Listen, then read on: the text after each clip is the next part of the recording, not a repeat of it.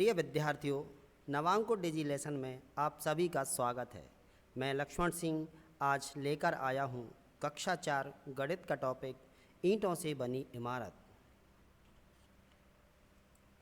यह मुर्शिदाबाद पश्चिम बंगाल के जागृति स्कूल की सच्ची कहानी है।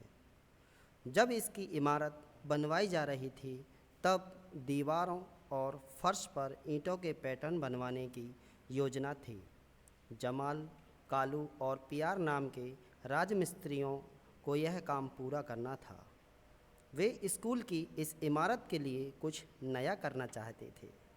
नया करना सभी की इच्छा होती है, इसलिए वे अपने दूसरे दोस्तों के साथ मुर्शिद कुली खान का पुराना मकबरा देखने के लिए गए। जैसा कि चित्र में दिखाई दे रहा है, यह मकबरा लगभग 1700 ईस्वी में बना हुआ था और यह हमें आज भी वैसा का वैसा दिखाई दे रहा है।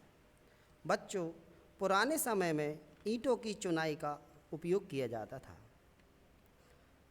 जो काफ़ी मजबूती का कार्य करता था। लेकिन समय के साथ साथ परिवर्तन भी होता है, जो कि आज चूने की जगह सीमेंट ने ले ली है। इस सीमेंट से बनी इमारत का समय लगभग 100 साल होता है।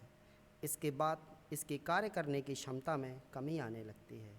लेकिन जो हमें यह मुर्शिद कुली खान का जो मकबरा दिखाई दे रहा है, यह आज भी वैसा का वैसा दिखाई दे रहा है। इस इमारत में लगभग 2000 सुंदर सुंदर ईंटों के पैटर्न से बना बड़ा सा फर्श है। इन्हें लगभग 300 साल पहले मिस्त्रियों ने बनाया था।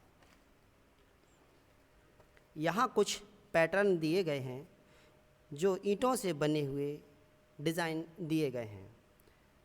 इन पैटर्न में आपसे कुछ चर्चा करना चाहते हैं। यहाँ पे दिखाई दे रहा है कि कौन सा पैटर्न वृत्त के आकार में है। इन सभी में आपको वृत्त का आकार वाला पैटर्न बताना है। तो बताइए कौन सा है। ये जो आपको दिख रहा है, यह पैटर्न वृत्त के आकार का दिखाई दे रहा है। आगे बढ़ते हैं। तुम किस पैटर्न को शीशे में एक समान देखने वाले 2 हिस्सों में बांट सकते हो।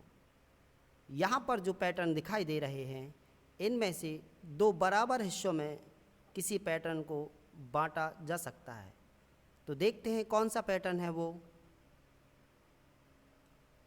यह पैटर्न 2 बराबर हिस्सों में बांटा जा सकता है। आगे बढ़ते हैं।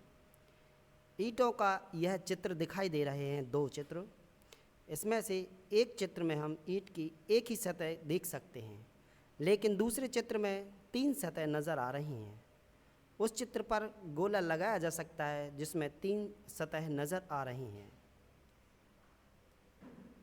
ठीक है बच्चों, एक ईंट में कितनी सतह होती हैं? आपने ईंट तो देखी होगी। देखना, एक ऊपर और नीचे 2 सतह हो गई, 2 उसकी साइडों में होती हैं, 4 सतह हो गई और 2 साइड में होती हैं।